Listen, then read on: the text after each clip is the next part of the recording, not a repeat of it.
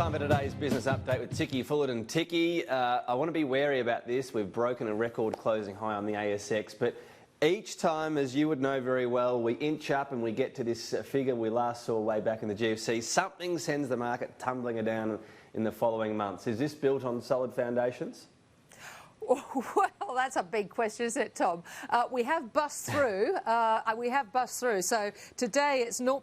I'll come to that answer in a minute. But today it's up 0.9%, 6850, a new record. Now, look, that is partly some of the stocks. So Telstra had its investor day. It reaffirmed guidance. Big company like that up 2.9% today. CSL had a good brokerage report. But really, I think it was some of the economists and particularly Westpac's Bill Evans' comments after RBA Governor Phil Lowe spoke last night. I mean, he last night was sort of, I think, calming everything down and said QE could become an option once official interest rates had fallen to 0.25%, but there wouldn't be any negative rates. Well, Bill Evans has come out and he's saying, well, the RBA is going to start with QE in the second half of 2020, having cut the cash rate to 0.25%, and you know, I think looking at cutting in February and then again in June is what he says, and a couple of other economists have jumped on this bandwagon. And once you have this sort of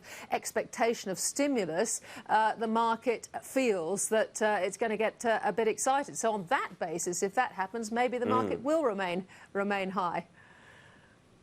All right, maybe I'm editorialising too much, Ticky. I'll stick to my knitting, but I tell you what, each time it seems to creep up there, something has an impact. Maybe Donald Trump will start tweeting. It sounds like Harvey Norman had a pretty intense AGM today. One successful sort of attack, I guess, but the board's staying intact. What's happening there, Ticky? Well, that's right. It was a lot of fun and games down there, I can tell you. They had a second strike, so that was voted through. But then, of course, what happens when you have a second strike against the remuneration report, you then move to a potential spilling of the board. Now, that did not go through. So the board, as you say, remained intact. The backstory to this, Tom, is that various proxy advisors, including Dean Patch, have been trying to knock off Katie Page, the chief executive, wife of Gerry Harvey. Now, they're saying that they wanted to replace her with, of all people, Stephen Mayne, who is the sort of long-time activist investor, often tries to get on boards, has yet to be successful, actually, but, I mean, well known for sort of trying to shake things up. Now, even, I think, privately, some of these proxy folk would say they never actually intended Stephen Mayne to be a director, which is sort of bizarre in terms of why they'd be putting him up there in the first place.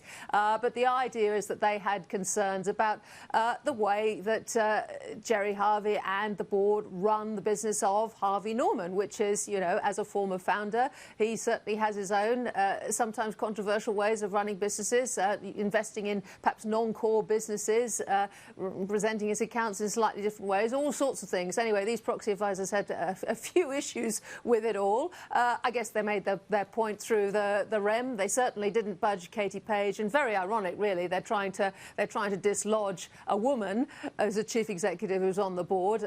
These guys who are all interested in diversity. But look, I guess they made their point on some of the issues that they had concern with.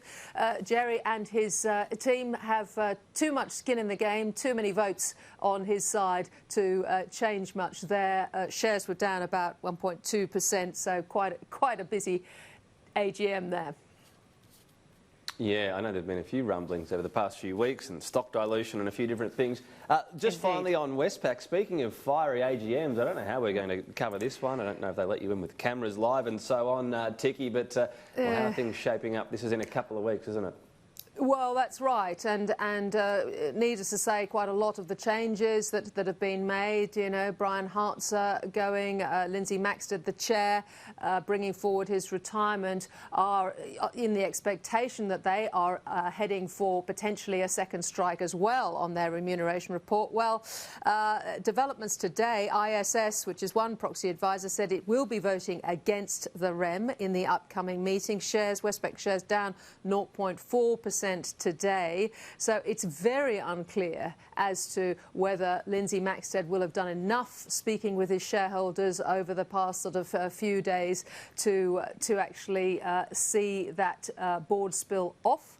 But certainly at least one proxy advisor stepping forward today saying they will not be voting for the REM.